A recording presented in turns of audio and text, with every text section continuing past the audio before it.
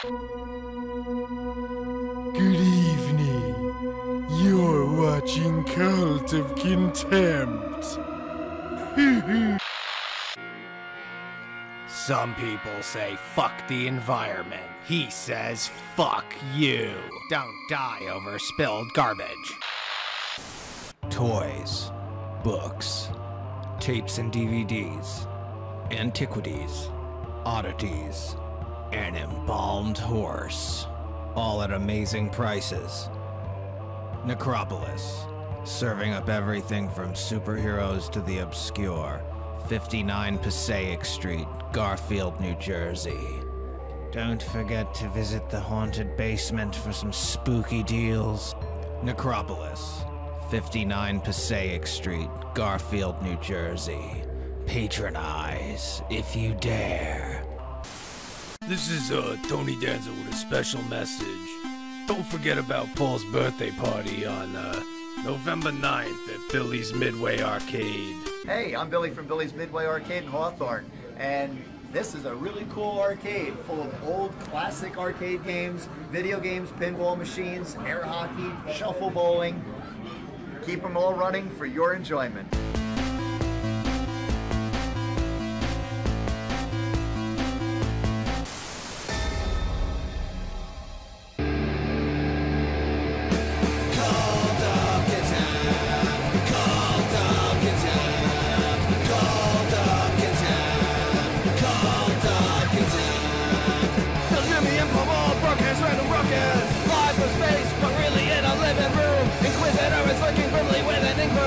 It's time to name the asshole of the week soon. Cult of Contempt. Cult of Contempt. Cult of Contempt. Wednesdays at 8:15.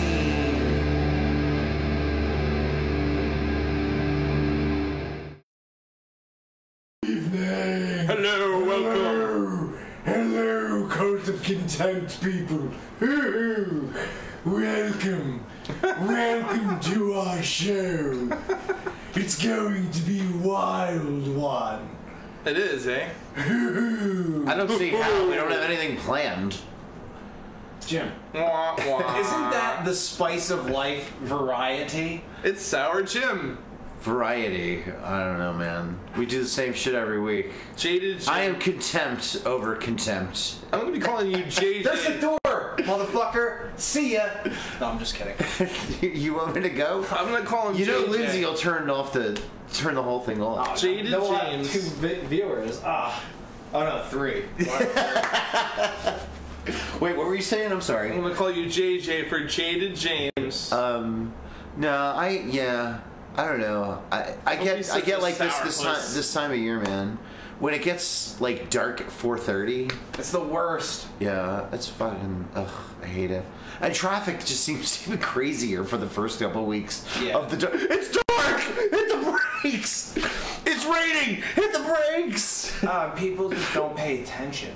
The crazy shit that like driving home today, I think like 10 people just turned in front of me, either turned and cut me off or like didn't use a blinker or just like madness on the roads.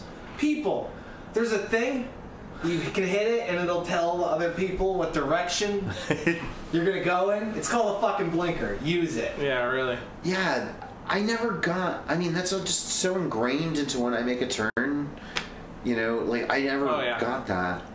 And you know, we just had like the whole shift in the hour thing, and like that actually fucks a lot of people up. I think people are like more confused at this time because actually there's more heart attacks at daylight savings time and shit like that. More people have strokes. There's more car accidents. Since we're on the subject, it's fucked up. up. So daylight savings time is complete bullshit. It doesn't help the farmers. It doesn't do anything really, right? And then they used to do it for the farmers? I mean, you could either get up in darkness or you can get off work and it's dark. I would rather wake up with the sun because it's harder to get out of fucking bed. And my alarm goes off at 5:55. So if there's a little bit of light, I can get up in the morning. But when it's dark fucking in the morning, it's hard to get out of a nice warm bed. Yeah. No, I get you, man. Like, there was this one fall where when I was working at ShopRite up in Newton, I was in a dairy department, but I was the newest one of the department, so I got the shit shift. So I get there at like, 9:30 in the morning, it'd be light, and I'd be there to like, 5:30, 6 o'clock at night. It would be dark. I never saw the light of day. It was cold there, cold at home, just cold everywhere. Man, those were not the days. So you got the facial hair now. You think your face is feeling a little warmer there, Jim? It's feeling a little itchy, but it looks better than I thought it was gonna. I think you should try a full The beard. wife hates it. Oh Really? my god. Oh. I'm sorry. It's alright. I feel like after I've grown a beard, people take me more seriously. Yeah? I'm getting a little more respect. Yeah. People nod a little bit more when I talk. But I don't know. Yeah, I thought you were smart because you had a beard. See? You know when Space Ghost puts a mustache on and he's his evil brother? I don't know. Have you guys ever watched Space Ghost Coast to I Coast? love it. We've never had that all-important conversation if you know Adult Swim, but I assume you do. Adult what? Swim. Anyway, actually, Space Ghost Coast to Coast predates that. But anyway, that's how I feel. Like, I feel like since I grew the facial hair, like, I'm even angrier, if that's even possible. So, like, you gained anger by just growing facial hair? Yeah, I did. because you have toxic masculinity now. That's like the sign you get a mustache. Yeah, there's all this the testosterone's running overtime. Yeah. My brain's like, we need a Hogan fest. You're like... It's like Spock when they had the evil Spock, he had the goatee. Oh yeah, exactly. Or Evil Bender had a goatee. Oh yeah, that's right. You guys want to know why I still didn't do the pictures thing? It's really depressing, but like I always get depressed like around my birthday, and then I started looking at old pictures, and just like my brother's in every other one, and it's like I just can't.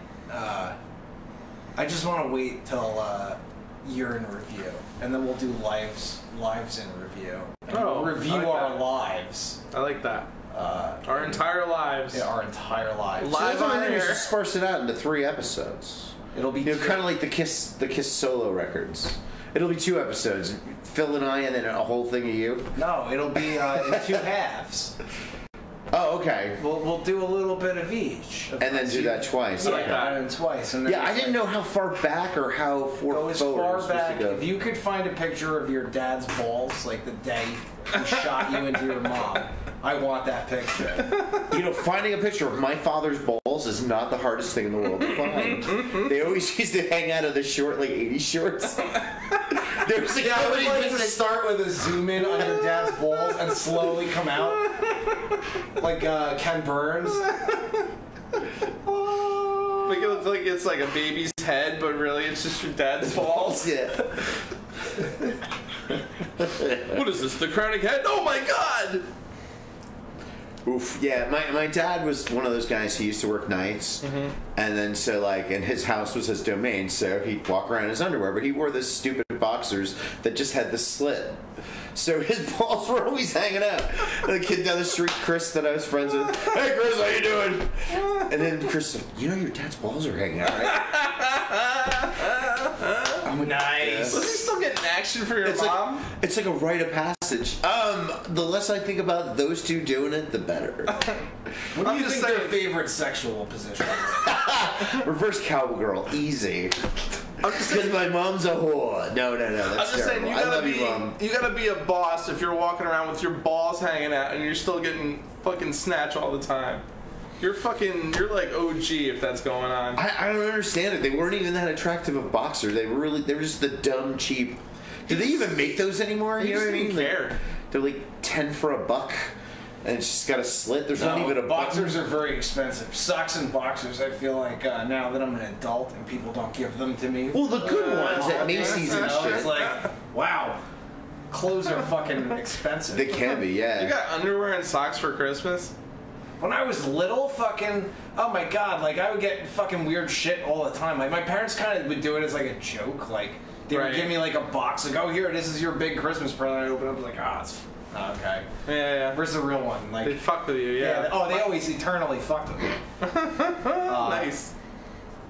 But no, like, yeah, like, I don't know. I would get, like, all kinds of shit, like, jeans or whatever. Like, Right. who cares? Like, somebody would buy that. Like, I don't know. As a kid, just like, oh, yeah, it's clothes. Like, where's the Batmobile? Like, that's the one I'm after. I know it's coming. communion. That's right. I'm getting a fucking Bruce Wayne figure, and the cowl goes on him. Oh yeah. It was Michael Keaton. Nice. I was fucking all in. Nice. Yeah, that's That was a badass So part, that means a young Paul Mold went to catechism?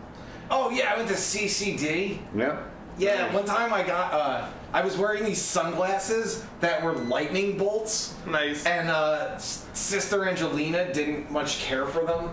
Right. So she's like, you have to take those off in school. So I was like, okay. And then she walked away and I put them back on. And then she literally just came out of her office again. Like, I just told you to take those off. Come with me. She called my mom. It's the only time I ever thought I was going to get in trouble, and I didn't. My mom, like, couldn't have cared less about fucking CCD.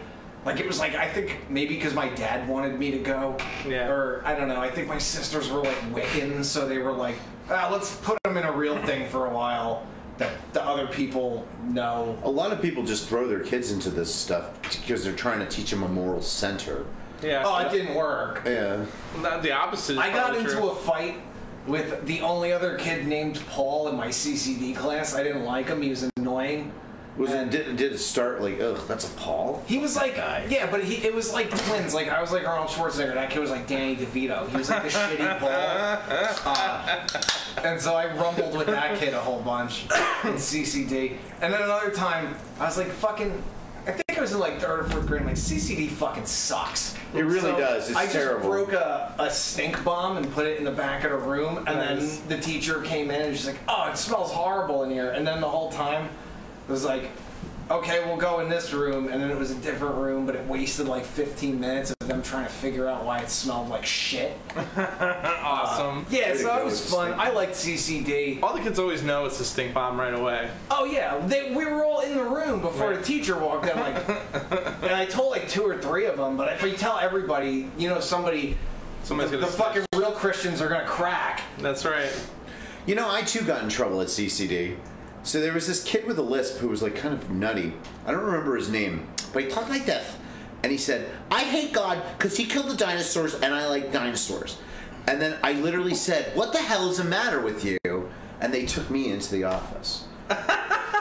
You should have said, what the hell's the matter with you? Dinosaurs aren't real. And they would have given you a fucking halo. But I was like, I don't know, I'm starting to like really reflect on myself. And I think I've always been an angry person. And I deluded myself to think I'm a happy person.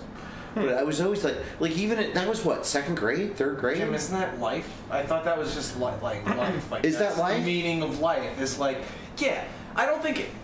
I don't Like think Leary even- said, like, you know, happiness is fleeting moments, a cookie, a blowjob, but you know, Exactly. It's, Well, Yes. I don't know. Leary used to say that all the time. I mean, I or think he you stole it can- from the other guy. I think you can find some sort of contentment or tranquility if you do a little self-reflection and come to terms with the fact that sometimes you fly off the handle or whatever. I mean, you know, for me, happiness is kind of like a baseline in life. It's kind of like just, you know, just understanding that we're all gonna fucking die at the end of the day and none of this shit really matters anyway. So you might as well have a little fun while you do some serious shit. I don't know. For me, it's just kind of contentment, just being okay with yourself in life. That's happiness. It doesn't have to be like a roller coaster or a cookie or an orgasm all the time. Or else then you're just chasing the monkey until you're... I would say roller coasters, cookies, and orgasms all the time. Roller coasters? Roller coasters, yeah. Like Coke on a roller coaster? I love your interpretation of Mr. T. He's got a speech I ain't getting on impediment. no plane, Hannibal. I have a great CCD story. None of us took it seriously. I was only shoved into CCD because they said you might want to get married in a church someday, which didn't happen. It would never happen. I watched PBS. You walk since into I a was little church, you're kid. gonna fucking catch fire. If you walked into a church, I'm surprised Mary's eyes didn't bleed. They did. There was the last church I was in, there was a statue that looked like a vampire holding a baby. I'm like, what the fuck is this? And I wanted. So I think I made that happen when I walked in there. I don't think that statue was there until I walked it in. just appeared. But anyway, If Oh, you yeah, walked so- into a church, it'd be like Father Flanagan's in the back. He wants you to assume. I walked into the church and they made it very clear who was not allowed to accept communion. Okay. It's funny, the Episcopalians, they let everybody, even if you're not even Christian. Nope, the priest made it very, he like looked at me when he was saying like, you know, you can't do this if you're not one of us. Listen, son of Satan, don't take the Holy Spirit into Hey, you. Richard Ramirez in the back, take it down a notch. So I think I was in the 4th grade. I had a rubber eyeball, and this was a very realistic looking rubber eyeball with veins, and it had like the retina in the back and everything. And so I showed it to Bobby Capoli. He said, "Oh my God, that's amazing. Let me hold on to it for a while. We're walking into CCD." Bobby man. Capoli, fucking, Yeah. he rolled right over, didn't he? No. So I was like, "No, you can't hold it." He's like, "Come on, let me hold it." I'm like, "Okay, all right." So he holds it. And like the nuns going on and on with some boring bullshit. They never fucking explained anything to us. They just said you should love Jesus. And I didn't know anything about the religion. I learned it all on my own. But anyway, so Bobby's sitting there after a half hour. He goes, "Oh, sister, I don't feel so good." And he's holding his face. "Oh, what's wrong, Bobby? Come up here." So he goes up to the nun's desk. He's holding his eye like this. And he goes, "Achoo! Ah!" And shows her the eye screaming. She freaks the fuck out. She loses it. Then me and him start laughing, and then all the other kids started laughing. Well, I had to spend a half hour in the hallway on my knees holding books on each hand. Jesus. And I never saw that rubber eyeball See, that's again. the thing with the Catholics. Everything is fire, brimstone, old school teaching. Like 1st grade. If you're not good, you go to hell. And there was that actual picture in the CCD book of a person going to hell, like their hand and flames, like going to hell. Like, what the fuck? I mean, that's the baseline of morality. That started my paranoia, for Christ's Well, that's sake. like, yeah, you know they mean business because there's a guy nailed to the fucking wall. Yeah, exactly. Right. Jesus. Yeah. Jesus. Yeah, Buddha's laughing, and this guy's fucking bleeding out of his hands. You know what's ironic, though? Jesus was the son of a carpenter, and he got his hands nailed. That irony is lost on most. Yeah, it's a good thing his dad wasn't like a logger and they just cut him into pieces with a saw. Is that how they worked it out? Like, this Or guy. his dad was a camel salesman, and Jesus just got raped by like a bunch of camels. This guy's dad is an alchemist. We're gonna turn him into gold. Well, you didn't actually die from anything on being the cross except your own weight. You actually slowly asphyxiated because your own weight crushed your own lungs because you're just hanging there. Oh. And there was actually a rebellion against the Romans at that time. And there's actually a theory that there was no Jesus. And really all the places that he went were campaigns of a Roman general. And that the story of Jesus was propaganda set by the Romans and the Jews that went along with them, because they wanted to pacify an uprising. Because basically they crucified so many Jews at that time in Jerusalem, there were no trees left in the whole city. It was just all lined up on the roads. Man, the Jews just get fucked. Yeah. In history, the Jews just get fucking... They just get fucked all the time. So the last holdouts were up on Masada, which was like, I've been there in Israel. It's on top of a mountaintop. And it took the Romans a year to build a ramp to the top. And the day before the Romans invaded, all the Jews committed suicide rather than be taken alive. And so they wrote their names on different pieces of pottery. And if you got my name, you killed me. If I got your name, I killed you. Well, they killed all the women and children first. But Josephus was the guy who hid in the closet. So when the Romans came and everybody was dead, they opened the closet. He was like, "Don't kill me, man! Don't kill me!" And he was talking to the Roman emperor and told the story. We wouldn't even know the story if it wasn't for him. And he became the royal historian. But it's like a place of Jewish pride that they killed themselves rather than be taken alive.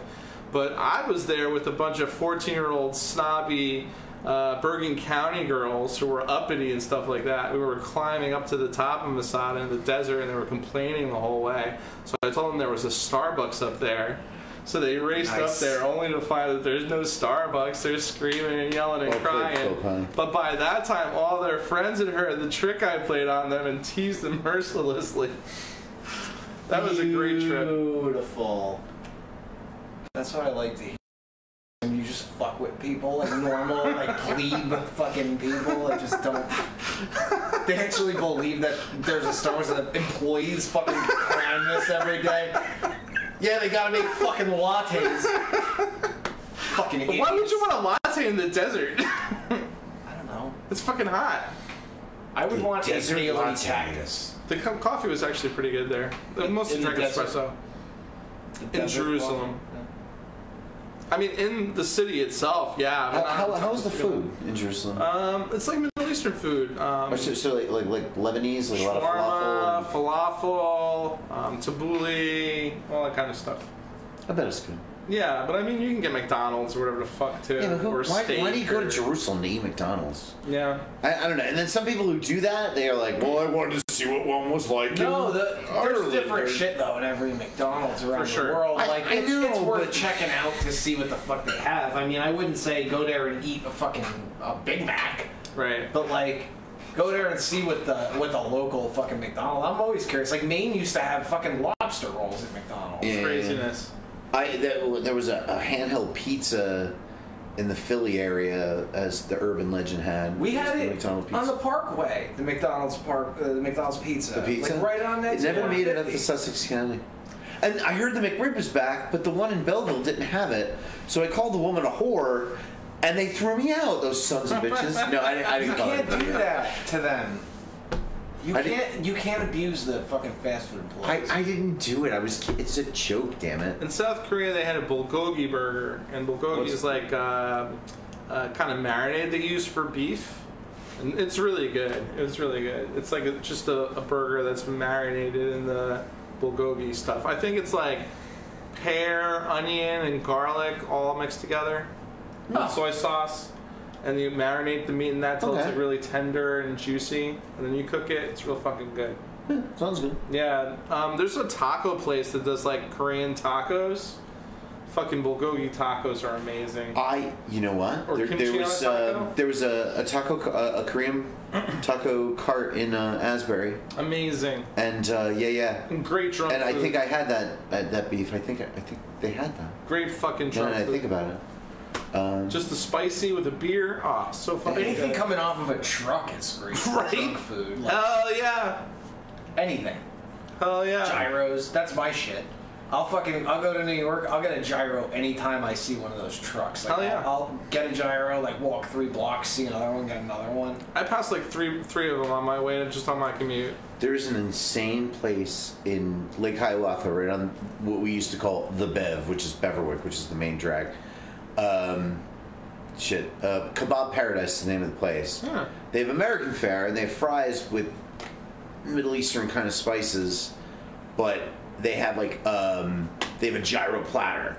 So it's like a deconstructed gyro. So it's like all the bread and all the lamb, and they give you a lot of it. But then they throw raisins and carrots on top of this rice, and it's out of this fucking world. Tzatziki sauce all over it, and they give you extra, and then they give you hot sauce. Oh my god! And it's so big and thick, and it's like $8. I got like 3 meals out of it. My god! Fucking great.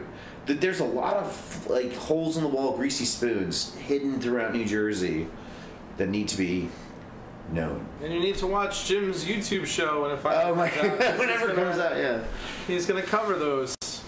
Yes, if I can ever get to this stupid thing. What stupid thing? The show that I'm still cutting. It's like I always have to prioritize. Well, yeah. You know, and like efforts for making money are always first priority.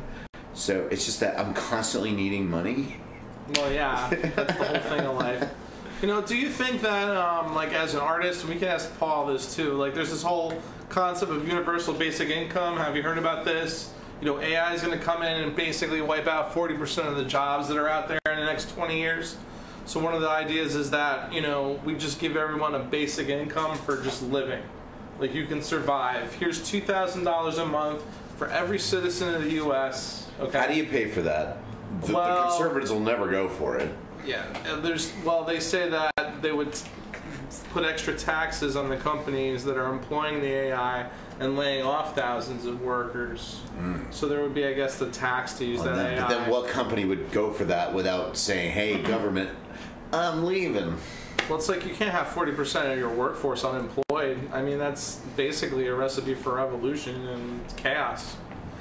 But anyway, if let's say you had universal basic income, but then you go out and get a job, you make other money, you know what I mean? You just get that $2 grand, and like, you know, if you're old or sick or whatever, you would just live off that money. But as an artist, if I was just getting money like that, you know, I would live very, like, Spartanly in a little fucking cabin and just write fucking shit until I made it big. Like, isn't that what you would do? You know what I'm saying? Yeah, but is everybody else gonna spend their government money on the shit that you're doing to make it big? Like, that's the thing, is like, think about that. Like, I'm just saying, how many fucking albums could you have come out with if you didn't have to fucking work a 9 to 5?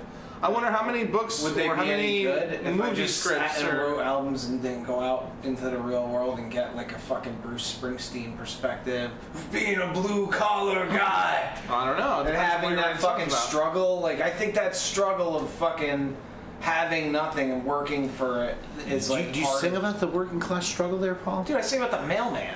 Okay, there's the mailman, then there's the I think my neighbor's dead, then there's the Ghostbusters suck. I sing, yeah, that's about the working class struggle. I'm a working class guy. I had to pay for that fucking movie to go watch that bullshit.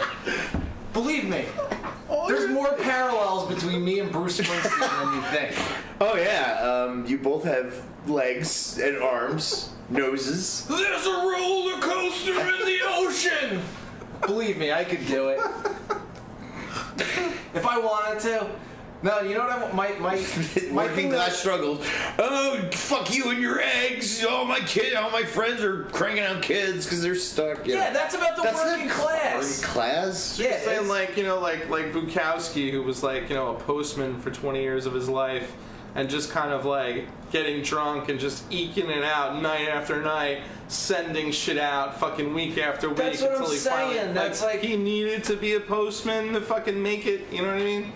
Yeah, that makes him probably a fucking being taken. When you're great at something, not being able to do it makes you that much better at it. When you finally do get the fucking that release, yeah, absolutely. I feel like a fucking pent-up animal all day at my goddamn desk. Yeah. Come home, pick up a fucking guitar. I could have sat home with a guitar all day, right? But would I be writing as good of a song if I didn't fucking sit in a cage for fucking 8 hours before that? But I come home, I'm tired. I don't want to work on shit. Fuck that. I have problems with that as well. No, that's bullshit. I come home, that's why I don't have anything fucking prepared for the show. Because every goddamn day, until fucking 1 o'clock in the morning, I'm here fucking writing songs, I'm here fucking mixing songs, I'm here doing shit. Does it affect my work the next day? Fucking absolutely. I'm exhausted. But it's like, fuck it. I don't want to fucking work that job forever. Like, you have to prioritize your fucking time and be like, this is how I'm gonna fucking spend my time. I'm gonna get better at something, or I'm wasting my fucking time. Like, that's my thought. I don't play fucking video games. I have a PS4. It's like I missed all the good Halloween shit in Red Dead Redemption 2. Can't do that till next Halloween.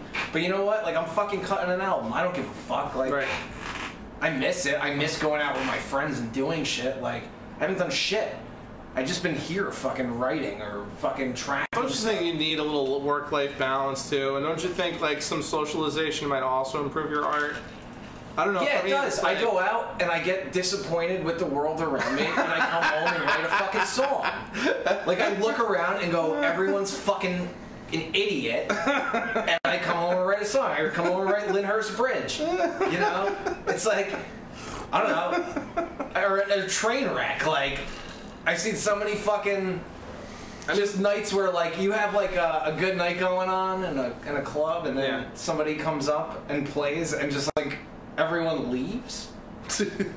You know, it's like, oh man, like you scared away 20 people because you know, you had to do that. Yeah, for me it's like, you know, I always explain it as kind of like, you know, the grain of sands in a fucking oyster. You know, it's an irritant, but it's from this switch it makes the pearl. So you kind of take your pain, whatever it is in the world, and you make art out of it. So you take something that's an irritant and make it beautiful in a way. Even if it's a joke, you know what I mean, or whatever. That brings me to a great question. For your writing, for your songwriting, right? I always found that the best songs I ever wrote always came from a place of anger. Huh. Do you guys find the same thing? I feel like there's a whole... Which goes along with what you're saying with the There's a whole kaleidoscope of emotions that go into writing something good. I mean, it could be anger, you know, it could be being jaded, it could be pain, it could be a lot of different things. It depends on what you're working on, you know, and you can find that in the same short story.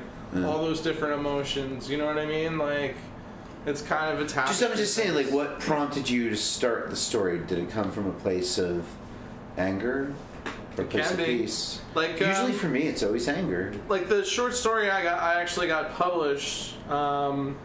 You know, that was a horrible job interview, and I basically got drunk that night and made jokes to myself about how horrible it was to cheer myself up, and then I just said, hey, that would make a nice story. Oh, I remember that story. I wrote it in about 2 hours. And the one where you're waiting around for all the interviewers are waiting around. And it's basically a guy who goes on a job interview, and he just gets more and more humiliated as it goes on, and the tasks they ask him to do get more and more bizarre until he finally flips out. And then as the police are pulling him away, they offer him a second interview.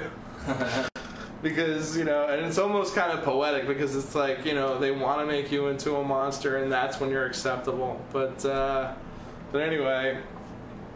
I think for me it comes from anger, it comes from longing, it comes from... Right, desire for things to be better. A lot of the time I put myself just in somebody else's what I think somebody else's perspective is. Yeah, exactly. Like Lou Reed, like, I learned that from kind of like Lou Reed, I guess. Of like, take a walk on the wild side, or you could pick any Lou Reed song. A lot of them are not about, you know, him. It's like about shit he saw, and like that's really it. Like that's why I think I have in common with Bruce Springsteen too. It's like not like I'm preaching for the working man or whatever, but like I see how Bruce Springsteen wrote a song, like Rosalita, all that bullshit, or like I'm on fire. Like I could write a song like that. Like I get it. Right. You know, I would write a different song, obviously, and not sing it like I had balls in my mouth. But, you know, what's funny about Springsteen? That they were like imitators.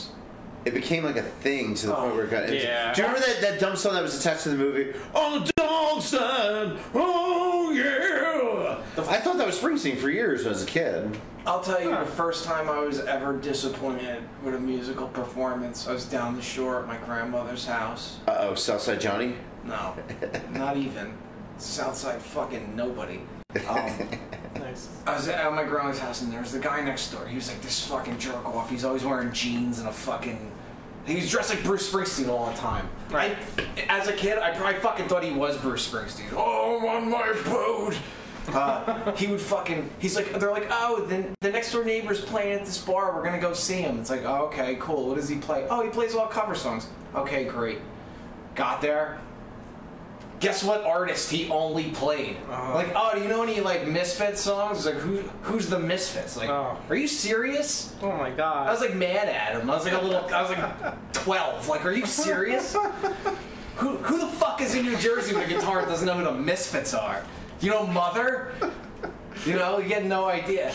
And, even then you were disgruntled. Oh, I was fucking never gruntled, Phil. I was never gruntled.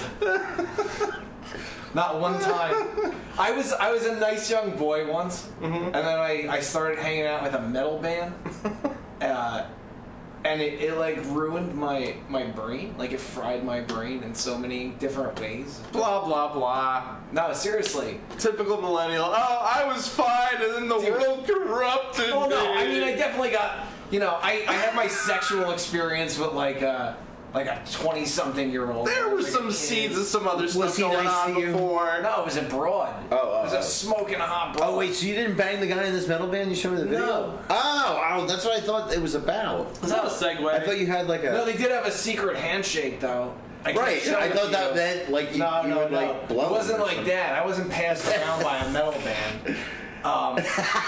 No, that was a punk band. Anyway, I'm sorry. I'm ruining Jim, you were gonna like where this was going too.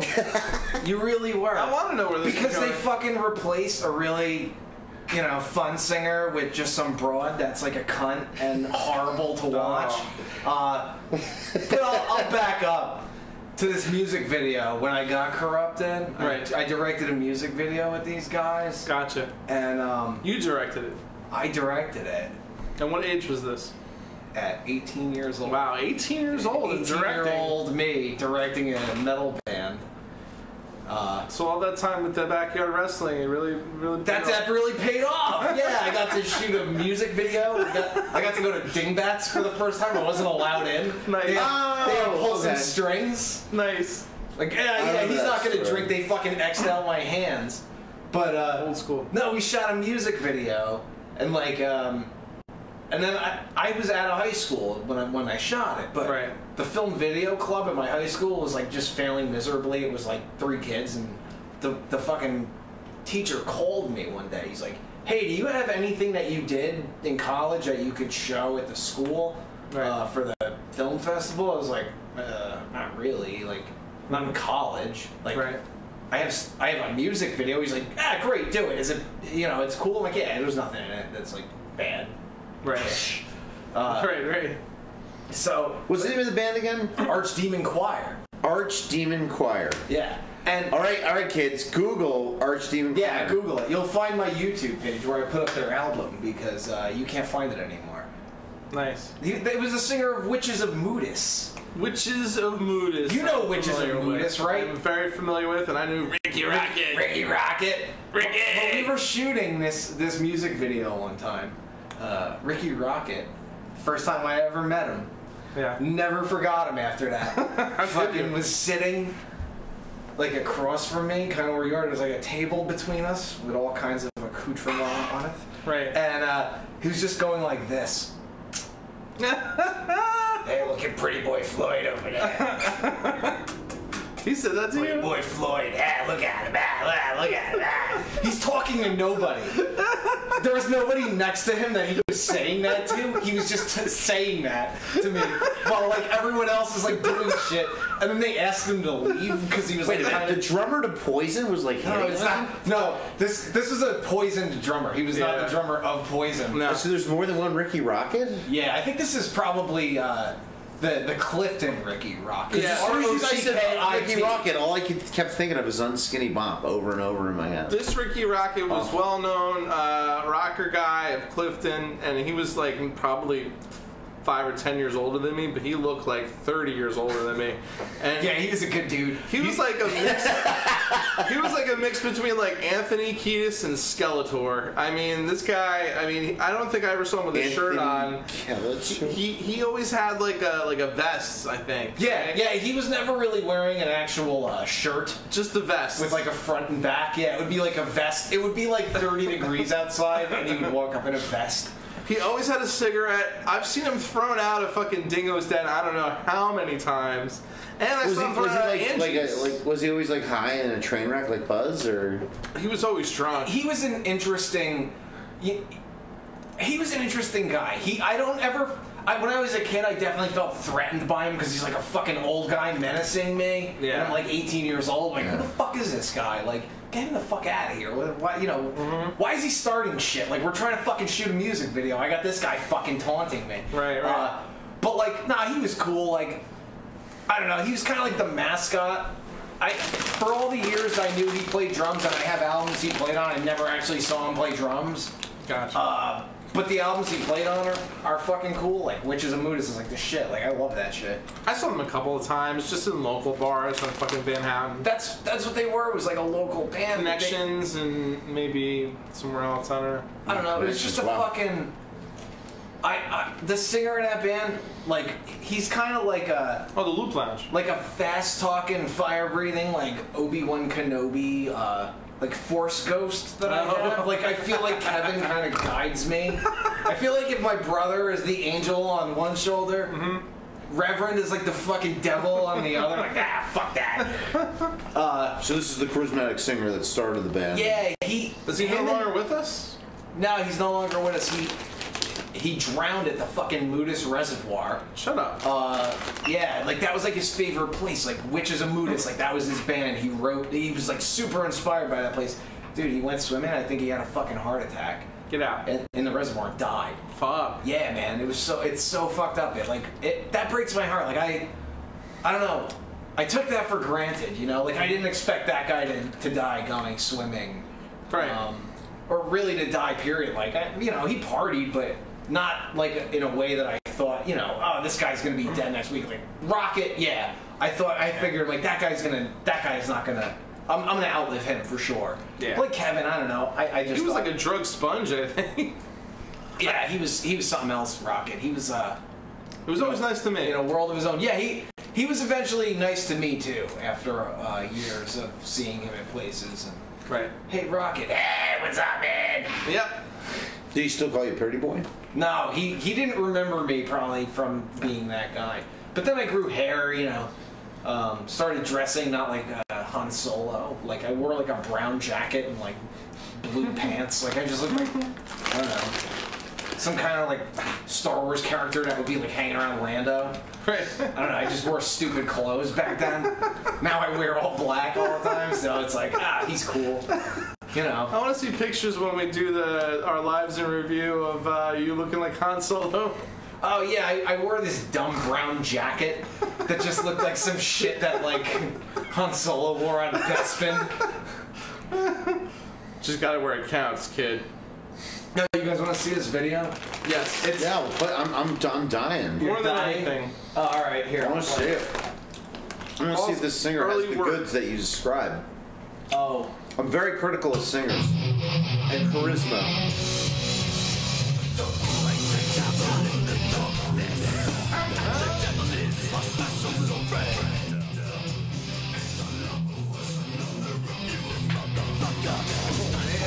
Did you add that smack? yeah. He didn't really smack her. No, of course not. But you sold it by adding that smack. Oh fuck yeah. Sound effects are Kung so Fu. Magic in Hollywood. Oh. What castle was that? That's the fucking Garrett Mountain. Yeah. It's from you're right. That's the Garrett Mountain Castle. It's Lambert Castle. Lumber Castle. Yeah. What's the Oh camera? my god, oh, he's getting off King Diamond. Nice. Was that a girl? Yeah. It's really not that bad considering, For an 18-year-old kid. right? Dude, this is fantastic. I don't know. Nobody's ever questioned that you have the goods. How'd they get Garrett Mountain to let them put the sign up, though? Oh, we just went to Garrett Mountain with all this shit and just put up a sign and like scared away all the people that were there, and the people that were like hanging out. They're like, "What are you guys doing?" Like, "Oh, we're shooting like a music video for a metal band." You know, they're like, "Oh, who? Can we meet them?" Like, "Oh yeah, they're right over there. Go say hello." Like they're cool. You know, like they were just. So you just acted like you belonged there. I had my student ID. I was like, "Oh, I'm shooting a project. If anybody fucking, it's a student film." You know. I still have my student ID. I look I used mine for like 10 years after the fact to get that extra money off the movie. Oh yeah. My problem with this is that they picked a fucking 6-minute song to shoot a video for. Right. And the song that I wanted to shoot the video for was called Tarot, which is like a short, like, really aggressive, like 2-minute song. Right. We could have banged out a video for that and then followed up with this. Like, I wasn't opposed to doing a video for this, but I wanted to do like a song, you know, rather than a dun dun dun. To put things into perspective for the audience, like when I do open stuff, I'll do the voiceover and then I'll fill it. Sometimes filling 30 seconds can take like an hour just to find stuff to fill over the, you know. Wow, yeah. So just think by comparison, and that's just me slapping something together. I mean, this is a pre-thought out thing. So to cover 6 minutes of footage, you need to shoot twice as much footage as... Twice as much. Our shooting ratio, we shot fucking 5 hours of footage for a 6-minute video. Wow. It was like, because those times where it's like, okay, you know what? Go through the whole song standing here, and we got him, but we only used like 8 seconds of it at one shot. Right. Were you playing the music live while they performed it? I mean, were you playing like a recording of We were it? playing it, yeah, through like a jukebox, a fucking boombox or something. And No, it's good to do that to get the timing, so when because you could always sync it later. You can take the audio out and sync it later. this is my claim to fame right here, where I like Sin City that shit and kept the guitar green, while everything else is out of. That effect is on the list of things I need to ask you about. Yeah, that's a green screen. I just chroma keyed out the sky and fucking replaced it with a hell sky. Cool. I learned so much doing this that like even though it's kind of like my past, and I really hate what the band has become now. Like I'm still glad that like I was able to fucking be involved. I did their record artwork. Do they have more attendance now that they have a girl singer? You know what?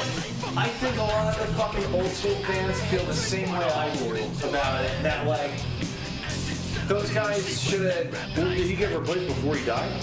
No, he died, and then they were like not sure what to do, and they didn't want to go with somebody that I guess was like Kevin Light. Like they wanted to change it up, but they lost so many people by doing that. Like they got new people for sure that are into that kind of thing. But to me, it's like that band was so. This is fucking so great. It's like yeah, you're never gonna capture that again, but like you could try. Right. Was that a fish island? Yeah. Yeah, you can tell this is like pre-internet too. That's the shot. We shot that whole thing, like that entire. We shot like probably 10 minutes of him doing shit there, but we used that shot of it. Right. But it was weird shooting this too. I had so much of Kevin like showing me stuff, like, oh yeah, come here, videotape this. He's like, this is my sister. She's a rockette. Like. Just going through like his life, like I have all this footage somewhere. I have to find it of him like explaining all this stuff. Make like, a mini doc. Yeah, like I gotta pull it out and capture it all. That's a great idea. But I definitely have like so much stuff of him doing like Kevin shit, you know. Right. The guitar player is actually really good. I was gonna say. That's Kenny. Yeah, he's sick. I mean, the guitars on a whole are the strength of the band. Like, I think they're very full sounding. You know, they do that metal thing. That guy is. I love the effect. Me too. Me too. That's good. That's the technical name. And I like how it faded out there. What's that? Blow out the candle. You know, that was like my my claim to fame when I was 18 years old. And I've wanted to shoot. I did another video too. I did I did 2 accelerators videos. I didn't shoot the second one. I shot the first one, and we cut Night of the Living Dead into it. And I wanted to do. We tried to do another one for Slasher City, but it just didn't work. Like, Right. It was like everything about it was wrong. Like we went to the studio, I had the accelerators, they're fucking playing the song, and like the CD that they brought like kept skipping. It's like, are you serious? Like, alright, just play the song.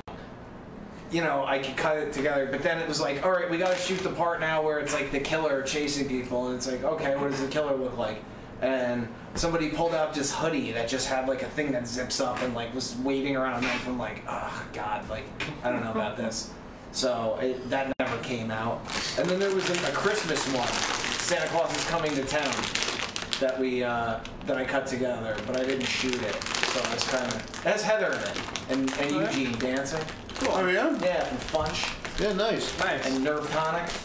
And Dr. Void and the Death Machines. Say, He was in a band before Funch, but I forgot the name of it. Irrelevant. what you call it? So when this whole video thing happens, the band comes to you with the ideas? The band came flesh to it me out, or what? because they had artwork for an album Uh-huh. that some tattoo artist drew. It was really cool, but it was tall. It was like a tall sheet of paper, so it needed to be a square. So I filled in the sides with assets from the drawing, because he drew it very like color, like tattoo color, so it was like easy to like, okay, I'll take the fucking mountain from here, plop it there. I just photoshopped the whole fucking thing together.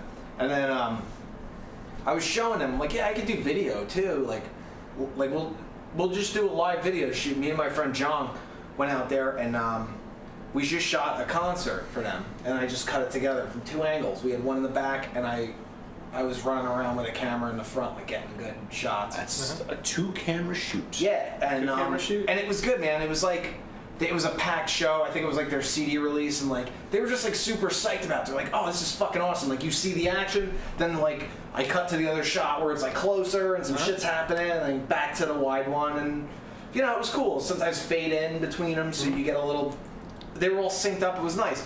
Huh. And so then I'm like, yeah, we'll shoot a video. But then they wanted to do that song instead of Tarot. Yeah. Like, I really wanted to do Tarot because it was like a fast song. Yeah. But I don't know. It was it was crazy, man. There were so many times during that shoot I thought I was gonna get stabbed. Like we were in a cemetery in Newark. Right.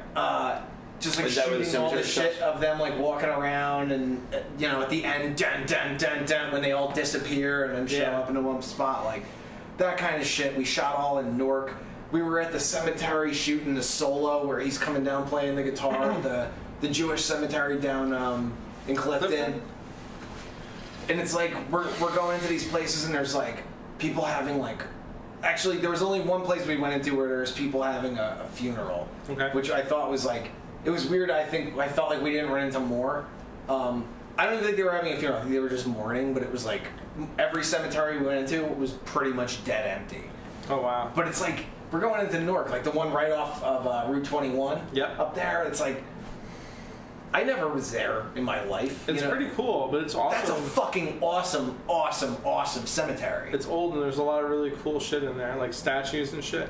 Yeah, and most of where that shit was shot that we did is like right. You could see it off 21. Like people were beeping at us and stuff. Like it's like they probably. So I've driven past that a million times. I've never fucking seen a soul in there. Right, exactly. Standing there doing anything. Like we're shooting fucking a metal video. Like I don't know. It was crazy, man.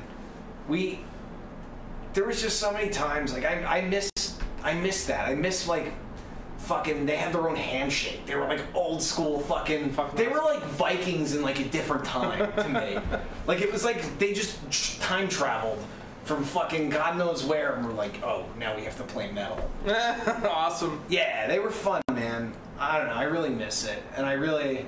I just want people to know that shit's out there. Yeah. Arch Demon Choir and Witches of Moodus. You could find it on my YouTube, and you could find it fucking, I don't know, probably in some CD stores. I can't imagine there's many that still have it around, but I think in Jersey, I'm sure you could find somebody that has Witches of Moodus. I think there's a couple of Witches of Moodus songs or videos on YouTube. Somebody mentioned it, like, dude, I think after Ricky died, actually. Kevin fucking, when I was shooting all that shit with him, he's like, oh, these are my last two Witches of Moodus CDs. He's like, I want you to have them. And he fucking gave them to me. He might have been bullshitting me. I've said that to like 20 people. But, I don't know. Wait, those were your last two? Fuck you. No, I say that at every show.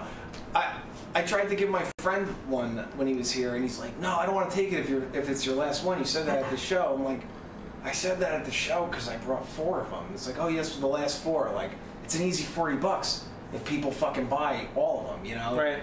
I don't want to have to carry more than that. I don't want to have to carry them home. So I bring 4. I'm like, $40 worth of merch. That'll be good for going out to a bar 10 minutes away from my house to play music. If I sell 4 things, that's fine.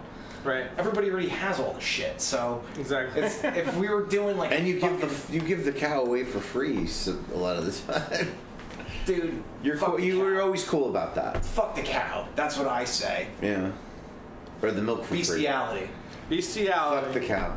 You heard it here first, folks. But Cult of Contempt is way behind bestiality. No, we're way ahead of bestiality. We're right where bestiality Technically speaking, though, racehorses do have very magnificent... We don't talk about race on this show. Sore subject. Wait, what about racehorses? Oh, that's different. Does it have to be a racehorse? Well, regular horses don't have muscular butts.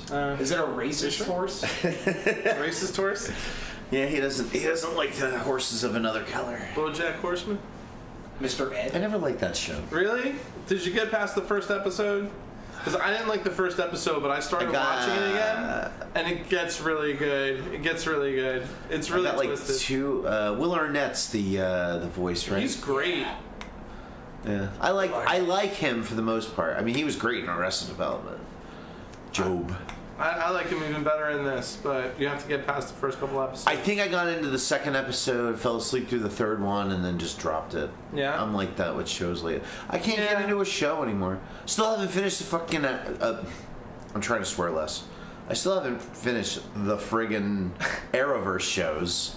like the last season. I got through Flash. I got through half of Arrow. But I can't even quantify those. There's like so many of them. It's like I don't want to ever watch Superman. The one that they slapped together with C-list characters, Legends of Tomorrow, is actually the best one because it's kind of like a fucked up Star Trek. It's like Star Trek meets the X-Men.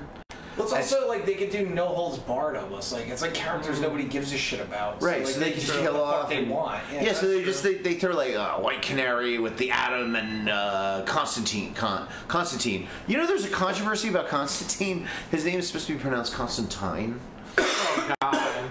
According to a douchey writer I know. Who cares? No, and now I hear the Keanu Reeves version, which a lot of fans hated, fans of the book. Now he's canon in DC. That version, I guess it's one of the 52. Oh, they rebooted it. Yeah, God. That's canon now, which is, I don't know. I like the look of the original character. You know, the loose tie. I mean, a little bit of my Sweet Jimmy look was based on Constantine a little bit. Huh. You know, the messed up hair. You should base more of it on Constantine and get a cool beard like Keanu Reeves, right? Like Phil. I thought Keanu that was. Reeves. So what's that other Keanu Reeves movie that everybody's always? John Wick. Yeah, is that any good? Is that? Yeah, I saw the first one. It was awesome. I would watch the sequel. Is it like Born Identity? Is it just like a psycho, a guy trained assassin? He's an assassin. Yeah, it's just badass. It's like the Transporter, but like now. You know? But Statham has. You see, Statham. There's an art to his. Almost like Jackie Chan, there's an art to the scenes. Dude. Like, remember the one with the grease? That's the first one. That was awesome. Oh my God, how great. I mean, that was one of the most well choreographed. I mean, for sure. I have to compare it to Jackie Chan. Jason Statham's also like an actual fighter, too. So it's but on top of that, he's a better actor than Van Damme. He's a better actor than Seagal. But Keanu Reeves trains like a motherfucker. Agreed. And brings like a stone cold fucking legitimacy to that. Sure, I mean, and considering all the movies he's done, he's had a lot of martial arts. Think about the Matrix, dude. Like the Matrix, Johnny Mnemonic. Before that, he had to learn some fighting. Yeah, that was Henry Rollins is a mad scientist, though. Come on, that's kind of cool. I agree. Johnny Mnemonic is like every movie from the '90s was like Tank Girl. Like it's like they're all like stunt casting. Like don't get me wrong, I like Johnny Mnemonic. I like Tank Girl. I like Judge Dredd. Johnny Mnemonic was a little ahead of its time. Judge Dredd was a terrible adaptation. Yeah, that's why the hell? Like they pulled the Superman 3. They brought in a funny man. Yeah, to carry it. Yeah, that's true. Yeah, absolutely. And I love Richard Pryor, but Superman 3 is an abomination. No, but that's just the '90s. It's like they made these fucking adaptions of shit that were like zany. Like I don't know, I don't know. They why. still didn't take the genre seriously, probably. It wasn't. They didn't know how to adapt it. Like you. Like I feel like they dropped the ball with X-Men. I wanted X-Men to fucking look like the cartoon almost. Like not exactly. Like But it would have been cool to see, Cyclops in fucking blue and yellow, like, rather than them all wearing fucking black. They made a joke about it in the I know movie. they did, but that's the X-Men movie that I wanted to see, was like a fucking Wolverine in maroon and yellow, cutting shit up, and that... Yeah. I liked Professor X. I liked, I thought Sabretooth was like a good take on the character both times, actually. Yeah. I'd like, you know what? That's how Sabretooth should kind of look. Like, he wouldn't walk around in a yellow leotard. Right. I don't know why I think the X-Men should, but I just fucking think they should. That's like iconic to me. Like, that's how the comics were made. That's how I would have adapted. On the same, did you guys ever see the pilot for Pride of the X-Men made by the G.I. Joe company Sombra? That cartoon was based on the John Byrne, Chris Claremont era of X-Men, which was from like the late 70s into the early 80s, from X-Men 95 to like X-Men 170 something. And it was the Dark Phoenix saga, all the cool shit we know and love, Wolverine's beginning origins, the Hellfire Club, all of that is in there. That is the X-Men I think the MCU should tackle. Absolutely. And that's what the video game was based on as well. But think about this too, you had like Spider-Man, they didn't change his costume, like he looked like fucking Spider-Man. Iron Man, they didn't change his costume, he looked like fucking Iron Man. Hulk. They left all those guys kind of like the way they were. That's what I'm hoping the Iron MCU Man was a little modified to make him more realistic. Of course he was, but the MCU Spider-Man was based on the original. But the way the MCU does them is like they look like if you took one of those and put a comic book filter over it, it'd be like, oh, that looks like it could kind of be from a comic book panel. Like not exactly, but they try. fucking Thor looks like he's from the comic. Like that's where I feel like the X-Men movies like went wrong. Like they were trying to be so Well, fucking who do you blame? serious. The director or the art director? Do you blame the art director? Do you blame the costume department? Where's the line in between the two? Sony and Fox. Yeah. That's who I blame. I mean, right.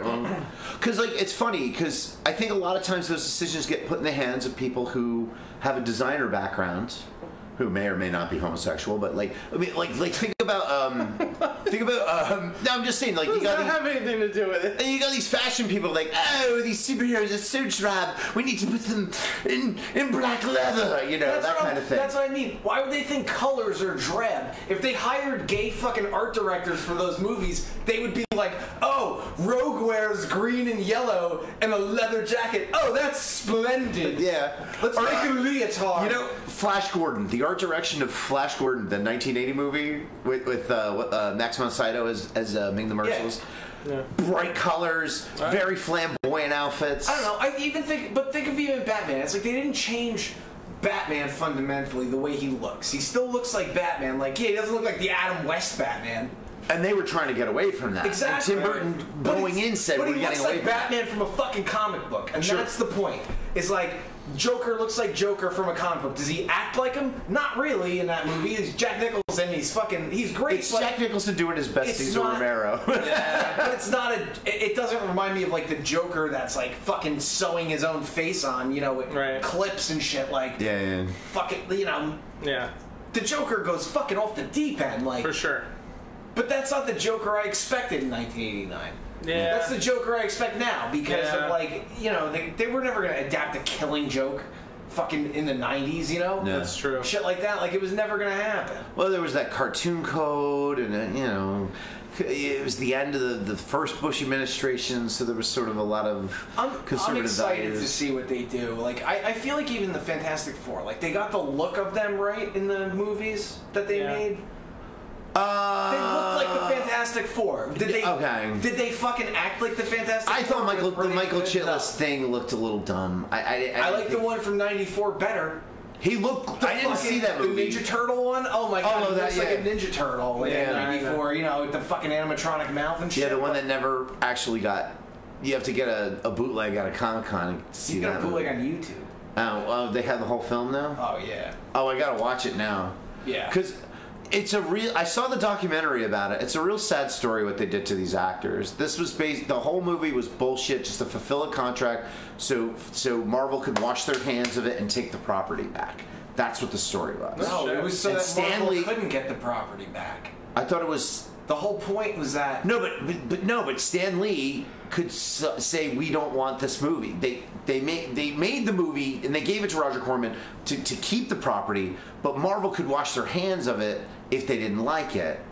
And that's why they said in the documentary that Stan Lee was a little two-faced. He showed up at Donuts, but then he's at Comic-Con saying, we're not really happy with the direction this film is going in. Yeah, but the whole thing, they made that movie to keep the rights to the Fantastic Four because, yeah, Marvel could wash their hands of it, and they take, what, $1 million loss, if that, I think, on that movie. It was, like, made from nothing. It was made from peanuts. But the guy who played Dr. Doom was really committed and wanted to do fan appearances and all this stuff. yeah, those actors thought they were going to be in the next fucking, like, Batman, you know? Yeah. Right. That's what they thought they were shooting, which is super sad. But it's fucked up. It's like the movie business. What's his name? Peter Jackson directed the Lord of the Rings movies. Yep. For like a percentage of the profits. He had to sue New Line because New Line said, "Oh, this movie didn't make any profits. We invested so much money into advertising it that we basically broke even. We don't have to pay you anything." So he sued. He's like, "You guys made fucking billions of dollars. Like, you chose to not cut me a check, and now I'm going to sue you." That's how Hollywood works. That's the same kind of shit. It's like, yeah, we're making a Fantastic Four movie. They knew that movie wasn't going to do shit. Yeah. They hired Roger fucking Corman to do it. Exactly. You know, That's what I'm saying. that's what I mean. But they just needed to keep the rights to the Fantastic Four so they could make the Michael Chiklis one 10 years later. So that was a Fox property then. Yeah, I think that's a Fox I movie. gotta rewatch the documentary because I thought Marvel got the rights back after it never got aired. No, if Marvel got the rights back, they would have been in the MCU. But this is way. Yeah, this is. But then they sold the rights to you know Fox what? because they went to Chapter 11 in I 1993. think it was New Line that made the fucking Fantastic Four movie, right. and then it went to Fox. And they went back to Marvel. Marvel had to sell it because they were going bankrupt. That makes sense. Because they fucked up. They overestimated. So New Line held on to it for a few more years after they made that, and then it went back to Marvel and went to Fox. That makes sense. Yeah. That's what I thought. I thought it went right back to Marvel. That seems like New Line or Concord Pictures. I think it was Concord Pictures. Yeah. Did you guys ever see like the other bad Marvel movies? There was a Dolph Lundgren Punisher. There was a Captain America. That's the best of them. The Dolph Lundgren Punisher. I like that one. Yeah, I didn't think it was bad. Out of all those early '90s, but that's one. I'll tell you. That's like X-Men. I hated it as a kid because I wanted to see a fucking guy in a skeleton t-shirt with fucking guns blowing shit up. Right. But then when they gave us the Punisher, it sucked. Yes. Honestly, the best Punisher was the recent series on Netflix, but Dolph Lundgren was the second best, I think. And the fucking song, did you ever hear the song where they use, who was it? Biohazard, I think. They used the fucking beginning of that. From Punisher. This is justice. This is punishment. No, but they also made that. They made a bunch of shit Captain America movies. They made a shit Spider-Man. Oh, the one with the fake. The Captain America movie wasn't awful, but it wasn't great. There's the one where his shield is shaped like a fucking like a police badge, and there's another one with Matt Salinger that's not quite as bad. The Matt Salinger one. The one where he wakes up and now he's dating the granddaughter of. Yeah, it's basically Forever Young, I think. Yeah. The Mel Gibson movie, but with Captain America. The Red Skull looked pretty cool in that. That movie I'll say is like for its that time. Red Skull looked better than fucking Green Goblin looked in the fucking Tobey Maguire Spider-Man. I fucking hate the Tobey Maguire Spider-Man movies. You can't talk to me about those. I get so mad. The first one wasn't bad. Yes, it was. Well, Raimi had an the best part was the Macho Man. Ooh, yeah, you little man. Yeah, the casting the Macho Man was perfect for that role. They changed that in canon. That's what Bonesaw McGirl looks like now, is Macho Man. Really? Yeah. That's funny. That's so funny. No, I fucking hated those. Like, I like the second one more than I like the first one. Okay. The second one's much better, yeah. And I'll tell you, I love the way they did Sandman in the third one. I thought, like, that was awesome. The look of Thomas Hayden Church, I thought was, like, the perfect guy to play him. Mm-hmm. For sure. Great actor. Very underrated. Fucking awesome. I loathe the third Spider. I can't even watch it. Like, it just makes me. Oh god, that whole douchey thing. Yeah. I can't. Yeah, that's awful. Like Raimi is a great director, and I love how he makes the camera move you into the action. He did it in Evil Dead. He did it in Spider-Man with the cityscape. And I thought the look of the Spider-Man suit was great, but Green Goblin looked like a Power Ranger villain to me. No, like I fucking hated. The art direction was a little. You know off. what? The CGI wasn't there yet either, because watching Spider-Man fly through the city is like, oh god.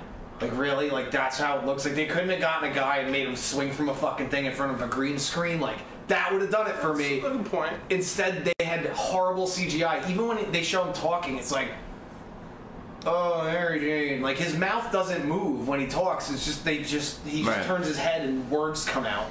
It's the fucking worst. I fucking hate that. I love Sam Raimi. Those are the fucking worst thing ever. But what I don't understand is the Green Goblin, the original Green Goblin look, is such an iconic look that they actually used that face on a truck in Maximum Overdrive back in the day. Yep. It's a scary, menacing face. Why not recreate it for the movies? Why make this bullshit? And the cartoons make Green Goblin this big hulking monster now. What the fuck? And why not make... listen, I'm not a big fan of, like, changing fucking canon and shit, but they could have made... James Franco's character Hobgoblin. I feel like that would. They kind of did. I know, but it's like. But he looked like an extreme sports guy advertising for fucking Mountain Dew. It was like ridiculous. Woo! I'm on a skateboard. You know, I wanted to see it. I'm glad they finally did Mysterio. Like, Mysterio looked good. That seemed cool. You know, I still haven't seen that movie. I thought The Vulture was terrific. Michael Keaton was fucking awesome. But you're right. The art direction done by Marvel, because that's their property. And I think what the MCU was trying to do is, like, they take the thing but make it realistic. And I think the '89 Batman was the same kind of thing. If this guy existed, what would he have? He'd have this body armor. But the joke was in the '89 Batman that he couldn't move his neck. That's right. And poor Michael Keaton had to act without moving his neck, and that can't be easy. But then they made a point of that in the Nolan ones. Yeah. No, he's like, you'd like to move your neck. You know? Oh, we got some casting news too. Oh, what's up? Colin Farrell's playing the Penguin. Really? Andy Serkis is playing fucking Alfred. Who's that? Andy Serkis was the Gollum. Oh, okay. Wow. Jeffrey Wright is playing Commissioner Gordon. Okay, that's not a bad cast. Yeah, that could work. Yeah, I'm all for that. He was awesome in fucking James Bond. Yeah. The new James Bond movies. That guy's like one of my favorite parts. And Westworld too. He's fucking great in Westworld. That's a good show. Yeah, he's awesome in that. And I think they... who do they cast as fucking Catwoman? They cast somebody as Catwoman too, and that was good casting. I can't remember who it is off the top. Why do they always combine the Penguin and Catwoman in the same movie? It's weird. Oh, and they cast Two-Face too. Wow, they're just really loading it up with villains, huh? Who was it? McConaughey is playing Two-Face. Get out of town. He's playing Harvey Dent. Not Two-Face. Maybe Harvey Dent. I don't see him as Two-Face. Well, he's got to be. If he's Harvey Dent, he's going to be Two-Face. He's too aloof to be Two-Face. Two-Face is like really energetic. The greatest Two-Face line was in a Batman animated series. They're all playing. All the villains are playing cards, and Two-Face sees Poison Ivy, and in the cartoon they used the date. It's Poison Ivy. Part of me wants to punch you in the face. What's the other part want to do, Parv? Hit you with a truck. I always love that line. Who's your asshole of the week there? I don't. Or your hero of the week? My asshole of the week is Mumra. Can he just leave Third Earth alone? And those cute little robo-bears. He's trying to basically harvest attacking a child leading an army of cat people. Yeah. That is a child that just happens to grow Why up. can't that be a movie property?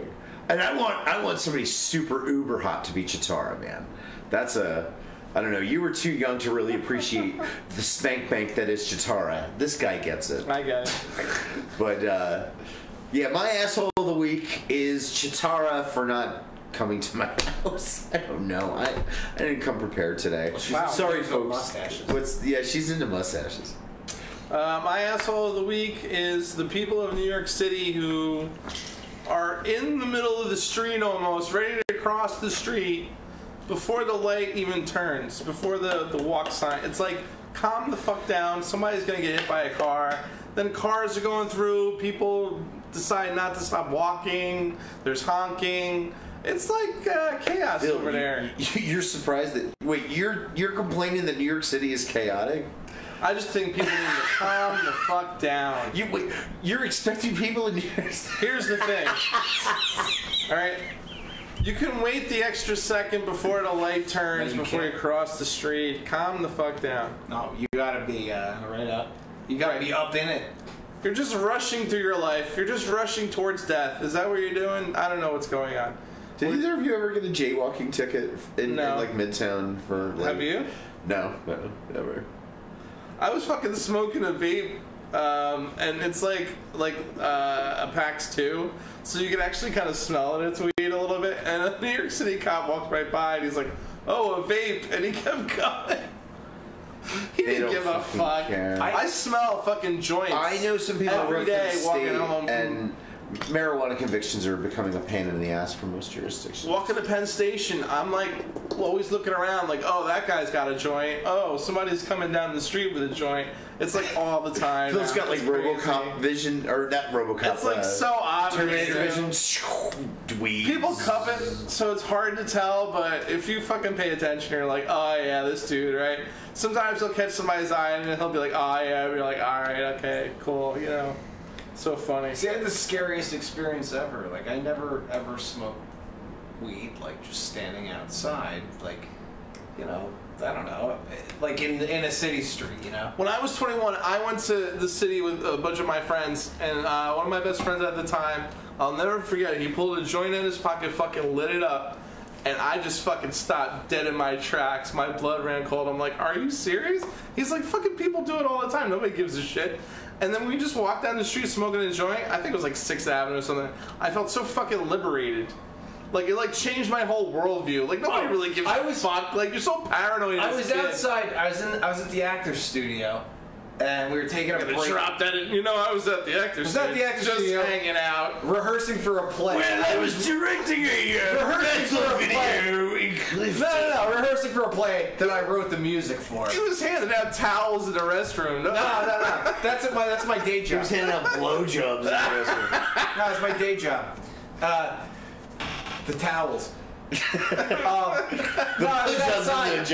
I was outside. The door closed behind me, and I was like locked in this fucking it's like a little outdoor garden. Oh, okay. I'm safe in here. Yeah. There's a locked door here. There's the door locked behind me. I'm kind of just trapped here. I'll just bang on the door, and somebody will let me in. Right. Lit up a joint. I'm sitting there smoking. I see like a beat cop like walking down the street, just like doo, and like every thought goes through my head. I'm like, fuck. I am just like a rat in a cage right now. Like, just here holding drugs. So just like smoking in his face as I can. Sucking it down? Yeah, just sucking it down, like putting it out, fucking trying to hide it. The cop walked past, couldn't have given a fuck less. Right, exactly. I just had like a panic attack, like just ruined my shit. I think on that note, my asshole of the week is oh god, ABC for having the Epstein story 3 years ago and then killing it because the Crown in England said Ixnay on the. if you do this, you're not gonna get some interviews, you know. Oh, jeez. But they said the Epstein story. He finds some whores for the prince or something. Yeah. All that shit is connected. The Epstein story, though, they said they didn't kill it. It committed suicide. Right. That's And on that note, we are out of here. Oh, don't forget Don't forget, my Paul's birthday. Party. If you don't come to my birthday party, I'm gonna kill myself. November 9th. Billy's 7 Midway. And Billy's Midway. You better be there. And I'm taking all challengers in WrestleZone. WrestleFest. WrestleFest. WWF WrestleFest. Who are you gonna use? DiBiase? Tugboat? Or not Tugboat? Earthquake? Warrior. Okay. Warrior Press. Warrior Press! I usually use either DiBiase or Hogan. I'll use Hogan this time. Yeah, you will be destroyed as Hogan. I'm the king of all fighting games, and I beat Tron there at least twice. You're the king of all fighting games?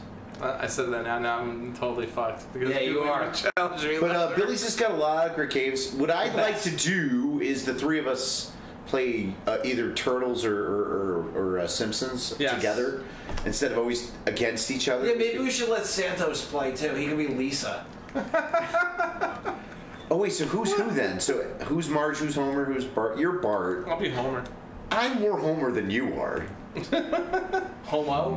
Or Homer? Which one? Donuts. Just the fact that I eat a lot and I'm about Homer's age, or probably 10 years older than Homer. Anyway, we should go. We were out of here. Bye. Later. Love ya.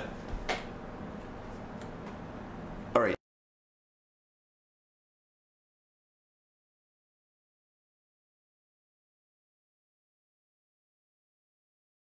We hope you enjoyed our presentation of Cult of Contempt podcast.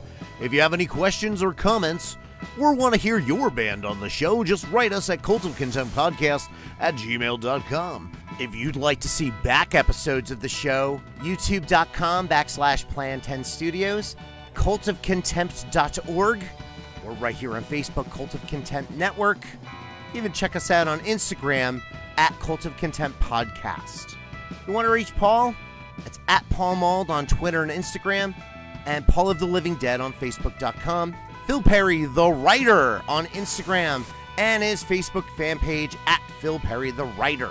I'm Jim Cook at Jim Cook on Facebook, or Jim Cook Voice Actor on Facebook.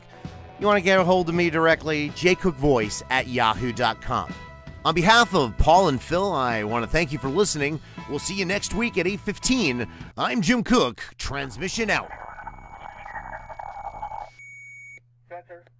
Stand by for contact.